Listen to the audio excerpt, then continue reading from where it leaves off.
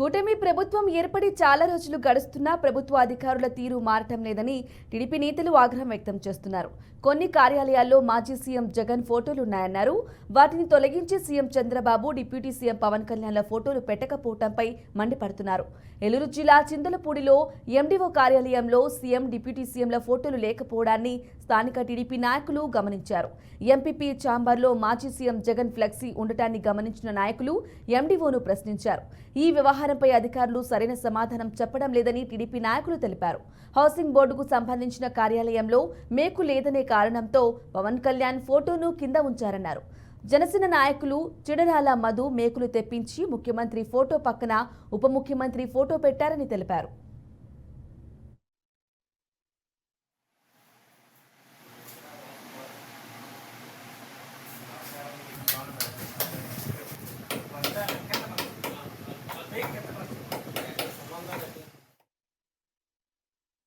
ప్రభుత్వం వచ్చి ఇప్పటికి 2 నెలలు కావస్తున్నా సరే గవర్నమెంట్ ఆఫీసుల్లో ఇంకా కూడా అధికారులు నిర్లక్ష్యంగా వహిస్తున్నారు.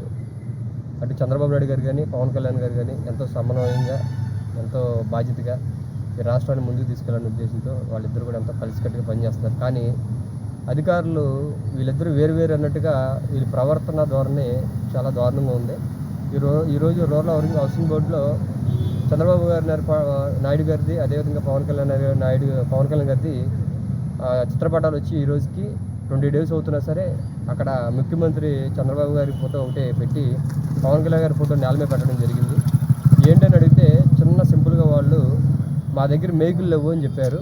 వెంటనే మేము మేకు తీసుకొచ్చి మన రాష్ట్ర ముఖ్యమంత్రి నారా చంద్రబాబు నాయుడు గారిది, అదేవిధంగా ఉప ముఖ్యమంత్రి పవన్ కళ్యాణ్ గారిది ఇప్పుడు పట్టాలని మేము పక్కన ఆఫీసులో పెట్టడం జరిగింది.